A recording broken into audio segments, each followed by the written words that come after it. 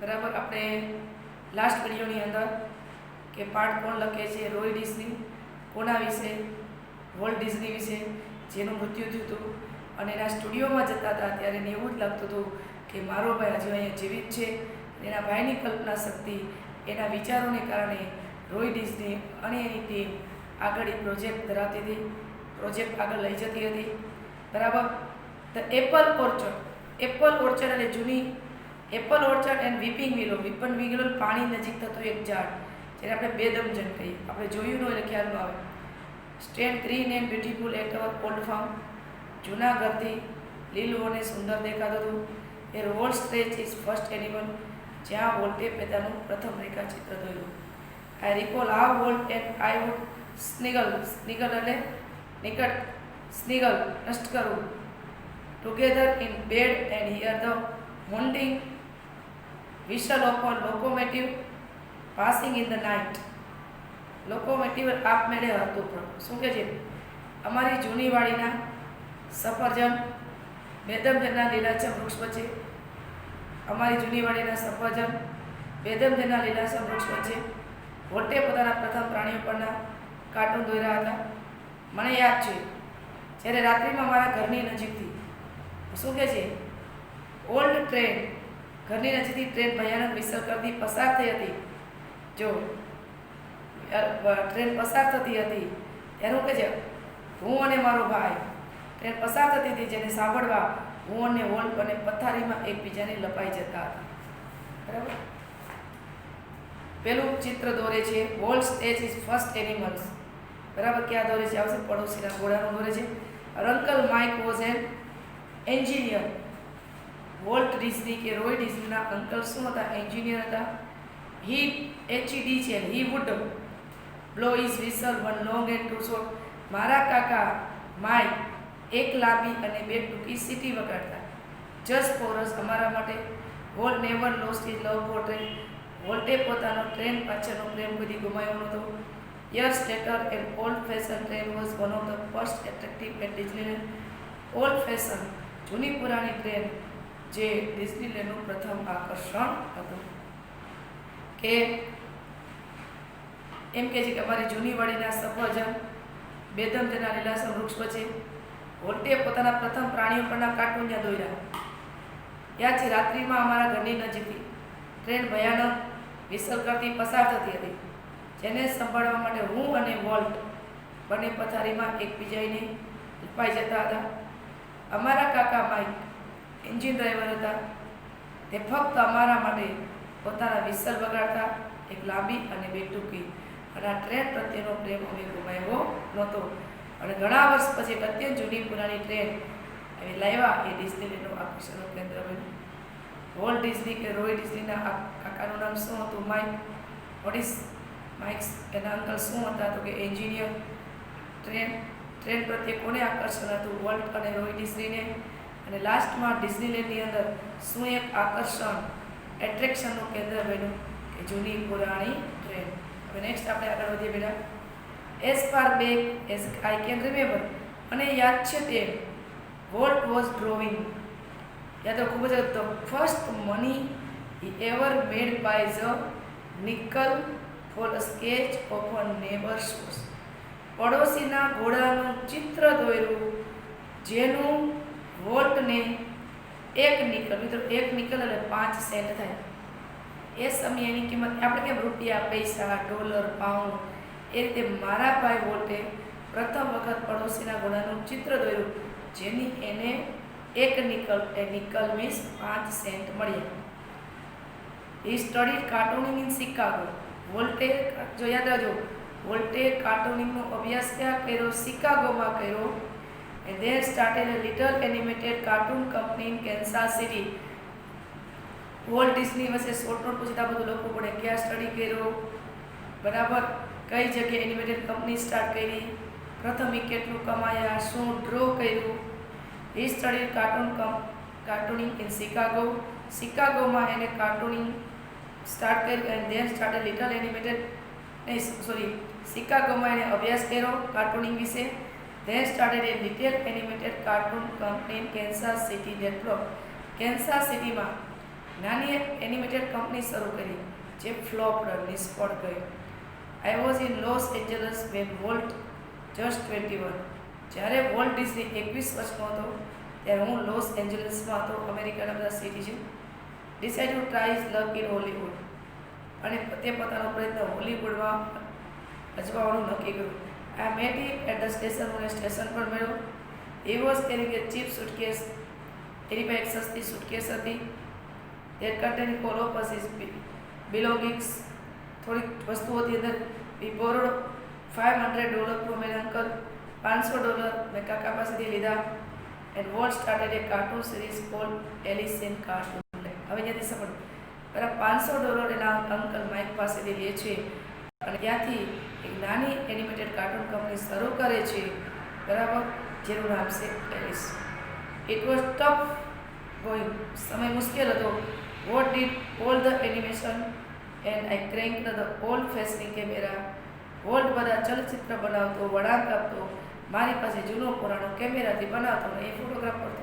હું ફોટોગ્રાફ કરતો એ કે the Alice cartooning didn't make much of splash. Alice cartooning સફળ ગઈ, શરૂઆત તો કરી પણ એટલી બધી ન ગઈ.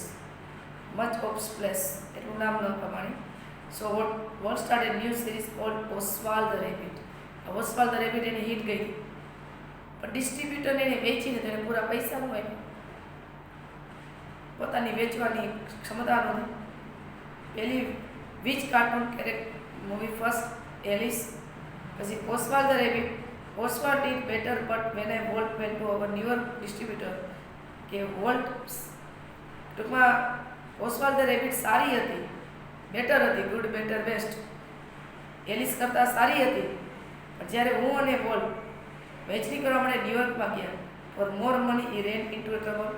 વધારે પૈસા માગવા ગયા તો મુશ્કેલીમાં મુકાઈ ગયા.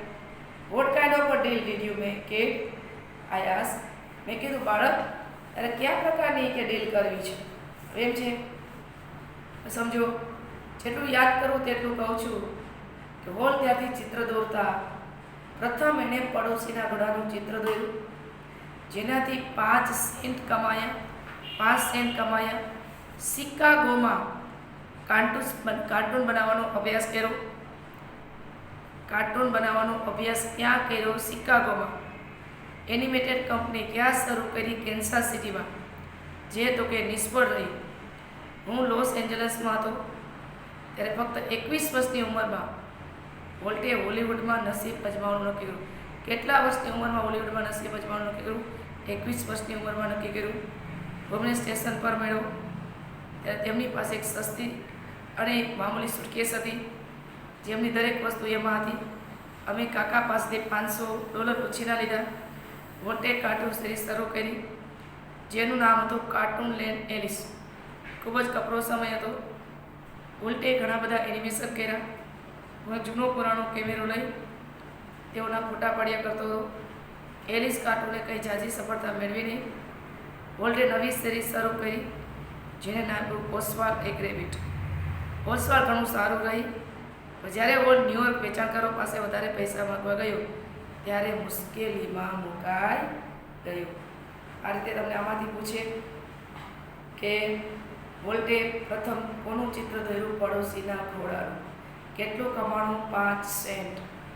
કયા સિટીમાં એને એનિમેટેડ કંપની શરૂ કરી? કેન્સાસ સિટીમાં. અભ્યાસ ક્યાં કર્યો? શિકાગોમાં, બરાબર. ત્યાર પછી એનું પ્રથમ કાર્ટૂન સિરીઝનું નામ હતું એલિસ. એ ખૂબ સફળ ન ગઈ. પછી શું આવ્યું? ઓસ્વાલ્ડ, મતલબ એક સસ્તું જે સારું રહ્યું પણ એને વેચાણકારો પાસે વધારે પૈસા માંગ્યા તો એ મુશ્કેલીમાં મુકાઈ ગયા. We haven't got a deal. અમારે ડીલ નથી કર્યું. આગળ નેક્સ્ટ. Walt admitted. વોલ્ટ કબૂલ્યું. The distributor copyrighted Oswald and he is taking over the series. એમ છે કે અમારે કે કોઈ ડીલ નથી કર્યું તો ડિસ્ટ્રીબ્યુટરથી નાના હતા તો વેચાણકારો પાસે ઓસ્વાલ્ડનો કોપીરાઇટ છે. હવે પછી પોતાની રીતે સિરીઝને આગળ ચલાવવા માગે છે. એને કહી દીધું બનાવેલું આનું ને પૈસા બીજા કમાઈ જાય. Strangely Walt did not seem down. પોતાની બનાવેલી સિરીઝે ડિસ્ટ્રીબ્યુટરે કોપીરાઇટ કરીને વેચે, બનાવી એને વેચી બીજે. આપણે કંઈ વસ્તુ બનાવી આપણું નામ ને બદલે બીજાનું નામ આવે એ રીતે. World did not seem downhearted. World હતાશ ન થયું. અને લોકડાઉન છે આપણે હતાશ ન થવાનું, સમય હશે આપણા નસીબમાં, બધી શીખવાનું છે. અને વિડીયો લેક્ચર ગમી જોઈએ, આગળ વધવાનું છે. ભણવાનું તો છે જ. ખુલવાની છે સ્કૂલ, ક્લાસીસ ખુલશે તો ખરા, થોડોક time late. We are going to start a new series. એક નવી સિરીઝ શરૂ થઈ. એ એન્થ્યુએસ ઉત્સાહ થયો. It is about a mouse and this time we will own the mouse. આ માઉસ વિશે હતી ને આપણે પોતે પણ બધા એક માઉસ જ, એક ઉંદર જ છીએ. Rest is a history. બાકીનો ઇતિહાસ. Walt a mouse. Mickey celebrated 14th birthday in 1968. 1968ની અંદર મિકીએ તેનો 40મો જન્મદિવસ ઉજવ્યો. એને હેપી 40th. ઇટ વોઝ 40મો. A quarter of a billion people saw Disney movie 96. 1968ની અંદર ચોથા ભાગના લોકોએ તો ડિઝની મૂવી જોયું. 100 million watch Disney TV show. 100 crore લોકોએ તો ડિઝની ટીવી શો જોયા. Nearly billion reader Disney book or magazine. ઘણા બધાએ ડિઝની બુક જોઈ, મેગેઝિનો જોયા. Almost 10 million visited Disneyland. 10 lakh લોકોએ ડિઝનીલેન્ડની મુલાકાત લીધી. And Mickey volt use to say started it all. શું કે છે? વોલ્ટે કહ્યું આપણે કોઈ ડીલ કરી નથી. વેચાણકારો પાસે ઓસવાના કોપીરાઇટ છે. હવે પોતાની રીતે એ ચલાવવા માંગે છે. આવું છતાં પણ વોલ્ટ નિરાશ ન થયો.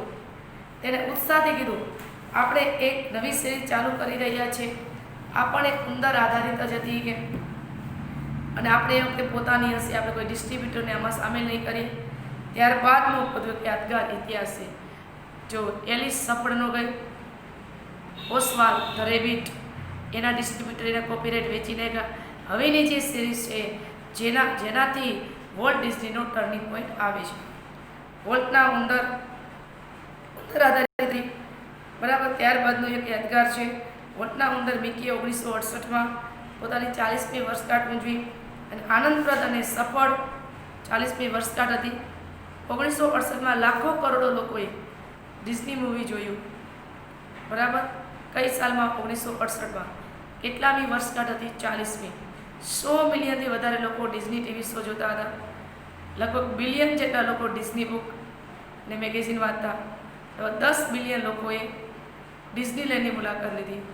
મિકી માટે વોલ્ટ કહેતા તેણે આ બધાની શરૂઆત કરાવી હતી. હવે નેક્સ્ટ આપણે આગળ વિડીયો તમને શેર કરશું.